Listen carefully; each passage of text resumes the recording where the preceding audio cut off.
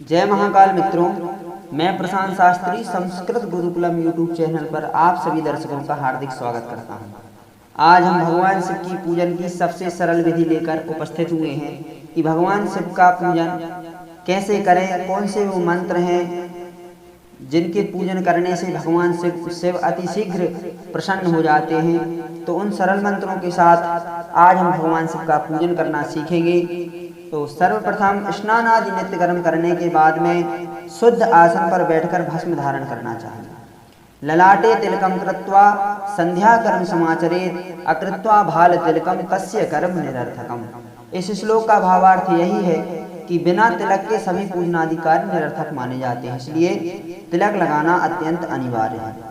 अब हम आपको भस्म धारण करने की कुछ विशेष बातें बताते हैं, जैसे प्रातः काल कैसी भस्म लगाएं, मध्याह्न काल में कैसी भस्म लगाएं और सायं काल में कैसी भस्म लगाने का शास्त्रीय विधान है। तो इस श्लोक के माध्यम से हम समझें कि प्रातः सलिलम भस्म, मध्याह्ने गंध मिश्रितम, सायाह्ने निर्जलम भस्म एवं भस्म विलेपयेत्। देवी भागवत में यह श्लोक प्राप्त होता है। सुबह प्रातः काल में जल मिलाकर भस्म लगाना चाहिए, मध्याह्न में चंदन मिश्रित करके भस्म को धारण करना चाहिए और शाम के समय कुछ भी नहीं मिलाना चाहिए, सूखा भस्म लगाना चाहिए। भस्म लगाने की संपूर्ण विधि की चर्चा हम कभी और करेंगे, परंतु भगवान शिव का पूजन है तो भगवान शिव के पूजन में भस्म और रुद्राक्ष धारण करना अत्यंत अनिवार्य है, क्योंकि एक सूक्ति के माध्यम से हम समझ सकते हैं देवम भूत्वा देवम यदि, मतलब देवता बन करके ही देवताओं का पूजन करना चाहिए। और भगवान शिव का पूजन है, जैसे आप भस्म और रुद्राक्ष माला नहीं पहनते तो क्या होता है, तो बिना भस्म त्रिपुंडेन बिना रुद्राक्ष मालया पूजितोपि महादेवो न स्यात् तस्य फलप्रदः तस्मान् मृदापि कर्तव्यम ललाटे वै त्रिपुंडकम।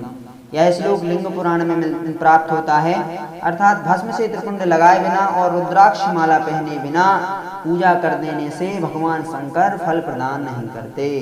इसलिए भस्म ना हो तो मिट्टी से भी त्रिपुंड लगा लेना चाहिए।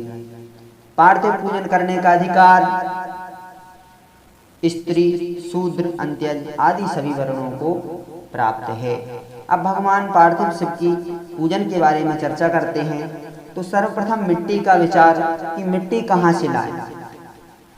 कहाँ की मिट्टी अत्यंत पवित्र एवं शुद्ध होती है, तो समी का जो वृक्ष होता है, जो पेड़ होता है, या पीपल का पेड़ जो होता है, उनकी जड़ की मिट्टी या जो वामी रहती है, बिमोट जिसे बोलते हैं, वल्मीक भी कहा जाता है, इन स्थानों की मिट्टी शुभ मानी जाती है। या फिर पवित्र जगह से कोई भी पवित्र स्थान पर जाकर के वहां की 4 अंगुल मिट्टी हटा देना चाहिए ऊपर की, और जो है नीचे की मिट्टी खोद करके फिर उनसे भगवान शिव का पार्थिव स्वरूप का निर्माण करना चाहिए। मिट्टी का ग्रहण करते समय उद्धृता शिवराहेण कृष्णेन सतवाहुना मृत्तिके त्वांच गृह्णामि प्रजया च धरेण च। श्लोक बोलने के बाद ओम हराय नमः, ओम हराय नमः मंत्र का जाप करते रहना चाहिए और मिट्टी को स्वच्छ एवं साफ कर लेना चाहिए। इसके बाद भगवान महाकाल के प्रति पार्थिव लिंग का गठन करते समय ओम महेश्वराय नमः, ओम महेश्वराय नमः मंत्र का जाप करना चाहिए। भगवान पार्थिवेश्वर की प्रतिष्ठा करते समय ओम संभवे नमः, ओम संभवे नमः मंत्र का जाप करना चाहिए।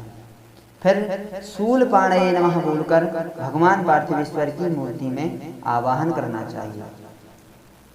स्नान करवाते समय ओम पिनाक धृषे नमः मंत्र बोलना चाहिए।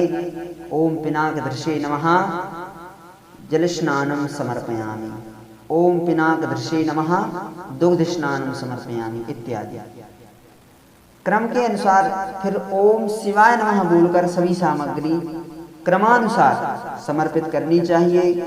इसके बाद जब पूजन संपन्न हो जाए तो पशुपतये नमः बोल करके क्षमा प्रार्थना करनी चाहिए कि हे भोलेनाथ, हम पशुओं को आप हमेशा क्षमा करते रहें। फिर विसर्जन करते समय महादेवाय नमः बोलकर मानसिक स्मरण करना चाहिए कि हे प्रभु, आप कितने महान हैं, जो हम साधारण से भक्तों के लिए इतने सूक्ष्म रूप में पधारे ये तो भोलेनाथ आपकी महानता है, अन्यथा आप तो महादेव हैं। देव तो सब हैं, लेकिन महाशब्द केवल हमारे महान प्रभु भोलेनाथ के साथ ही जुड़ा है। इसलिए भगवान शिव का पूजन बड़ी श्रद्धा और भाव के साथ करना चाहिए। अंतिम में एक विशेष जानकारी और दे दूं, जो प्रश्न सबके मन में प्रायः रहता है कि स्त्रियों को ओम नमः शिवाय का जाप करना चाहिए कि नहीं। तो स्त्रियों को ओम नमः शिवाय का जाप नहीं करना चाहिए, इसी को ओम शिवाय नमः बोल करके जाप करना चाहिए। जय जय महाकाल, हर हर महादेव।